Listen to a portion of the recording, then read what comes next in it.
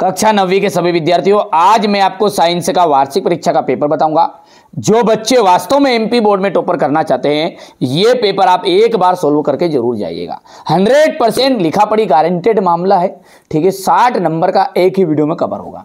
यदि एक वीडियो से 60 नंबर का होता तो कोई दिक्कत नहीं है। चलिए तो शुरू करते हैं। सबसे पहला प्रश्न है, निम्न में से कौन सा ऊर्ध्वपात पदार्थ नहीं है? नमक, बोरान, सिलिकॉन और जर्मेनियम। ये क्या है? ये देखिए बेटा, उपधातु है। उपधातु किसे कहते हैं?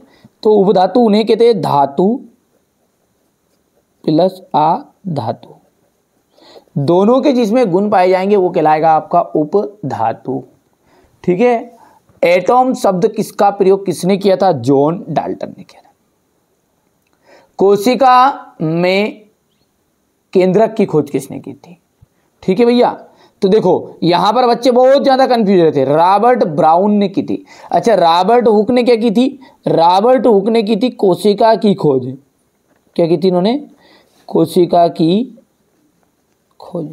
अब बच्चे यहीं पे कंफ्यूजन होते हैं कि रॉबर्ट ब्राउन ने क्या की? केंद्रक की खोज की कोशिका में। पढ़ो प्रश्न को ध्यान से। पौधों में जल एवं खनिज का संवहन होता है जाइलम द्वारा। विस्थापन में परिवर्तन की जो दर है वो क्या कहलाती है? वेग कहलाती है। यहां से अपन आगे बढ़ाएंगे। ये आपको बढ़िया से कंप्लीट करना है इतना। ठीक है भैया, इसके बाद में अपन आगे बढ़ते हैं। ये आपका क्वेश्चन नंबर 3 रहेगा, 4 रहेगा, 5, 6 हो गया इतना। तापमान बढ़ाने पर कणों की गतिज ऊर्जा बढ़ती है। विलयन क्या है? एक विलयन है आपका समांगी मिश्रण। क्या है भैयू? समांगी मिश्रण। न्यूट्रॉन की खोज किसने की थी? तो न्यूट्रॉन की जो खोज है वो चैडविक ने की थी। किसने? ठीक है, चैडविक ने। पादप कोशिका की भित्ति किसकी बनी होती है? तो सेल्यूलोज की बनी होती है। स्थायी ऊतक की कोशिकाएं विभाजित नहीं होती। और न्यूटन का जो प्रथम नियम है वो किस पर आधारित है? जड़त्व पर आधारित है। तो यहां पर प्रथम आ जाएगा। अब आगे देखते हैं और अगला क्या है हमारा, उसे ध्यान से समझेंगे। जोड़ी है बेटा। तापमान का मात्रक। हमारे 9th क्लास के बच्चे बड़े ही समझदार है, जो चीज़ें बताते हैं उनको फॉलो करते हैं। ठीक है, आप तो बिल्कुल चैनल पर जो चीज़ें प्लेलिस्ट में है उनको चेकआउट करो। मैं आपके साथ कंधे से कंधा मिलाकर खड़ा हूँ। ठीक है, रियल पर पेपर के भरोसे मत रहो। मैं जो बता रहा हूँ उसकी गारंटी लिखा पढ़ी कर लो, आप तो पर पूरा फंसेगा। लेकिन शर्त यह है कि आपको ABCD 4 पेपर दे रहा हूँ। चारों पेपर को अच्छे सोल्व करना है। 90-95% बनाने। तो 2 पेपर करोगे तो 60% की जवाबदारी है। तापमान का मात्रक क्या है? केल्विन। जेल का जाएगा जेली, पनीर, मक्खन। कार्बन, कार्बन का जाएगा C। केंद्रक की खोज हो जाएगा कोशिका नियंत्रण कक्ष। आंख की पलक, इसका जाएगा आपका ऐच्छिक पेशी और अनैच्छिक पेशी। शुद्धता, दूध में शुद्धता की जो जांच है उसका जाएगा लैक्टोमीटर। यहां से आप मेज द कॉलम देख सकते हैं। ये हो गया इतना।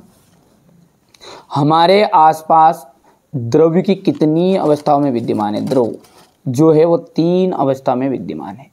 एक ही प्रकार के कणों से बनने वाले पदार्थों को हम क्या कहते हैं? शुद्ध पदार्थ कहते हैं।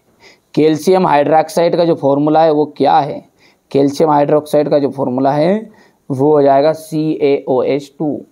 किसी इलेक्ट्रॉन पर आवेश होता है तो 1.6 × 10⁻⁻19 कूलम। वेग में प्रति सेकंड होने वाली कमी को हम क्या कहेंगे? मंदन। क्या कहेंगे बाबूजी? मंदन। 2 या 2 से अधिक फसलों के निश्चित कतार पैटर्न में उगाने को हम कहते हैं अंतरा फसलीकरण। यहाँ से हमारे बच्चे बढ़िया से कंप्लीट करेंगे। ये हो गया इतना। थोड़ा सा छोटा करेंगे। ये हो गया इतना। ठीक है भैया, आगे बढ़ते हैं। ये क्वेश्चन नंबर आपका 5 रहेगा। 6 में आपका क्वेश्चन आंसर रहेंगे। तो 5वां जो है सत्य सत्य है। कोलाइड एक तरह का क्या है? समांगी मिश्रण है। गलत है, क्योंकि कोलाइड क्या है आपका? विषमांगी मिश्रण होता है। किसी वस्तु का द्रव्यमान उसके जड़त्व की माप है। बिल्कुल राइट बात है। यहां से आपका 3रा 4था असत्य रहेगा, 5वां सत्य और 6ठा बिल्कुल असत्य रहेगा। यदि हम बात करें यहाँ से क्वेश्चन नंबर 6 से, तो हमारे हिंदी मीडियम और इंग्लिश मीडियम वाले बच्चे बढ़िया से स्क्रीनशॉट लेंगे। अभी सॉल्यूशन पूरा प्रोवाइड कर रहा हूँ, एक एक प्रश्न का उत्तर। ठीक है, आप तो निश्चिंत रहो। ये क्वेश्चन नंबर 7 है।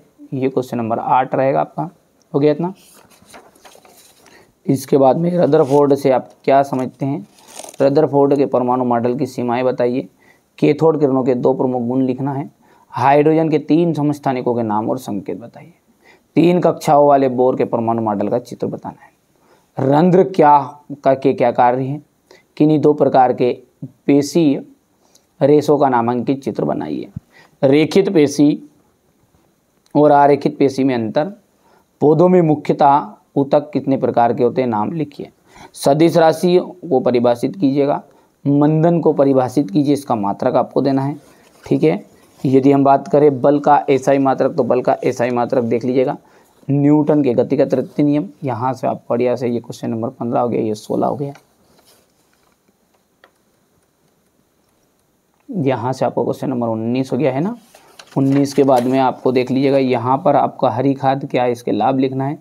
मधुमक्खी पालन पर संक्षिप्त टिप्पणी। आयनिक यौगिक और आणविक यौगिक में उसे आप क्या समझते हैं, ये आ जाएगा आपका क्वेश्चन नंबर 21 का अथवा। यहाँ से चाल और वेग में अंतर, कोई 4, दूरी और विस्थापन में 4 अंतर बताना है।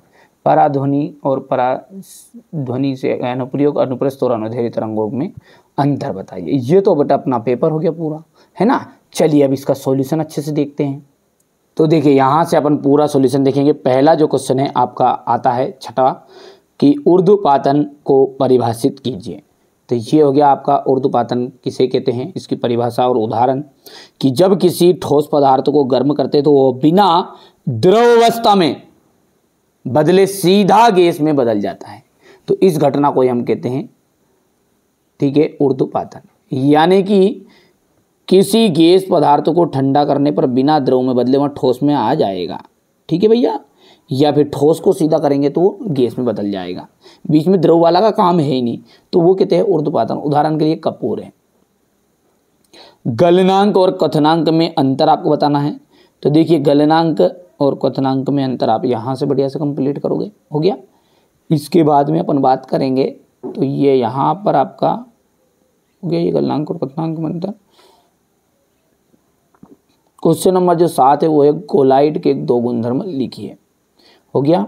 इसके बाद में मिश्रण और यौगिक में अंतर। बढ़िया से मैं जब कहूँ, जब स्क्रीनशॉट लेते जाओ, है ना। समांगी मिश्रण और विषमांगी मिश्रण में वो उदाहरण सहित आपको बताना है। यहाँ से आप विषमांगी मिश्रण का सॉल्यूशन देख सकते हैं। भौतिक तथा रासायनिक परिवर्तन के 2 उदाहरण आपको देने हैं। ये भौतिक एवं रासायनिक परिवर्तन हो जाएगा। रासायनिक परिवर्तन के 2 उदाहरण,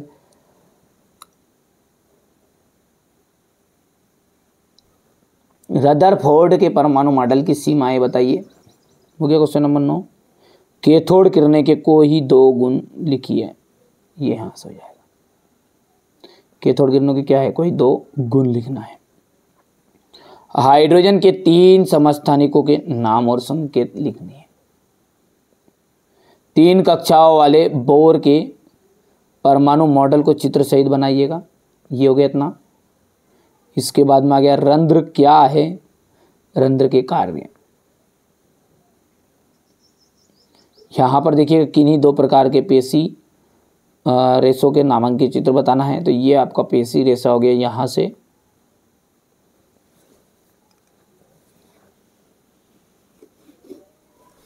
रेखित और आरेखित पेशी में अंतर, क्वेश्चन नंबर 12 है, हो गया। क्वेश्चन नंबर 12 का अथवा ये रहेगा आपका यहाँ से, चलिए सदिश राशियों को परिभाषित कीजिए। वे राशियाँ जिन्हें व्यक्त करने के लिए परिणाम और दिशा की आवश्यकता नहीं होती, उसे अपन कहते हैं सदिश राशि।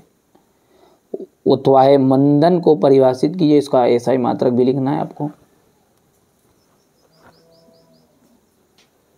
बल का एसआई मात्रक क्या है समझाइए, हो गया भैया इतना। क्वेश्चन नंबर 14 का अथवा देख सकते हैं, न्यूटन के गति का तृतीय नियम बताइए।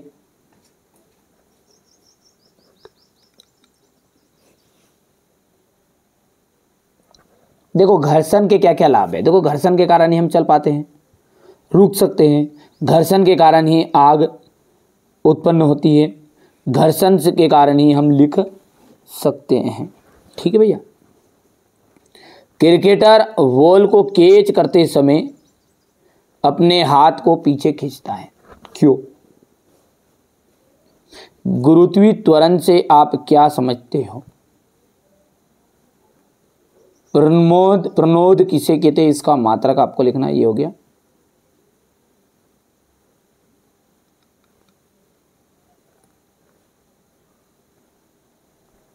गुरुत्वीय त्वरण और गुरुत्वीय नियतांक में अंतर आपको बताना है।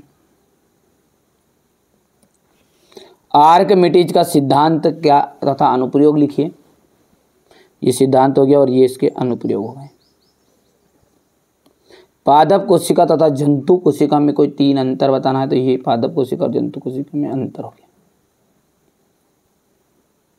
माइटोकॉन्ड्रिया को कोशिका का बिजली घर क्यों कहा जाता है? ये हो गया भैया इतना। ऊर्जा संरक्षण के नियम का उदाहरण दीजिए। हरी खाद क्या, इसके लाभ, तो ये यहाँ पर देख लीजिएगा। हरी खाद का मतलब क्या है? फसल उगाने से पूर्व खेतों में कुछ पौधों जैसे बरसिंग उगा लेते हैं, पटसन उगा लेते हैं, ग्वार उगा लेते हैं, उनको उगा लेंगे, फिर उस पर हल चला देंगे और मतलब वो कटाई नहीं करेंगे, वो हरे का हरा को बक्खर फेर देंगे अपनी, सीधी सी बात है। तो जब जैसे उस पर अपन बक्खर कर देंगे ना, तो बस इसे कहते हैं अपन, उसके ऊपर लोटर वेटर से चूर देंगे उसे मिट्टी के साथ, तो बस वही क्या है, वो हरी खाद कहलाएगी। और क्या इसके लाभ क्या है? इससे जल धारण की क्षमता बढ़ती है, पौधों में उत्पादन वृद्धि बढ़ती है। मधुमक्खी पालन पर संक्षिप्त में टिप्पणी लिखिएगा। ये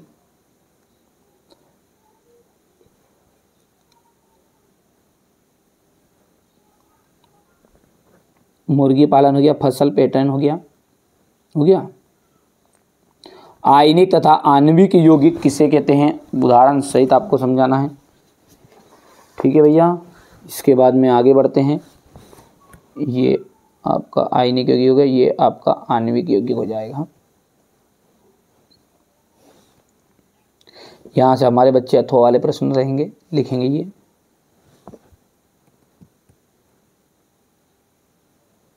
चाल और वेग में अंतर, दूरी और विस्थापन में अंतर, पराध्वनि के अनुप्रयोग को बताना है। ये आपको कर लेना कंप्लीट है, क्वेश्चन नंबर 23 तक, यहाँ तक। ठीक है। अनुप्रस्थ तथा अनुदैर्ध्य तरंगों में अंतर,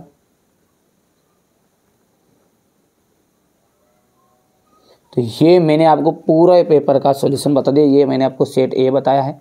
इसके बाद में यदि आप चाहते हैं कि अपन सेट बी भी देखें, सी भी देखें और डी भी देखें, 4 पेपर आपको प्रोवाइड कर रहा हूँ जिस बच्चों को वास्तव में चाहिए नंबर, चाहे वो कोई से बोर्ड का, चाहे एमपी बोर्ड है, ये तो एमपी बोर्ड के लिए बताया, लेकिन UP board, Bihar board, Uttarakhand board, जो भी बोर्ड है, सभी में 4 पेपर ही बहुत है। बस इसके अलावा अलग से कोई सी भी चीज़ें पढ़ने की जरूरत नहीं है, सारे क्वेश्चन इसमें समाहित है। चलिए तो मिलते हैं अगले वीडियो में।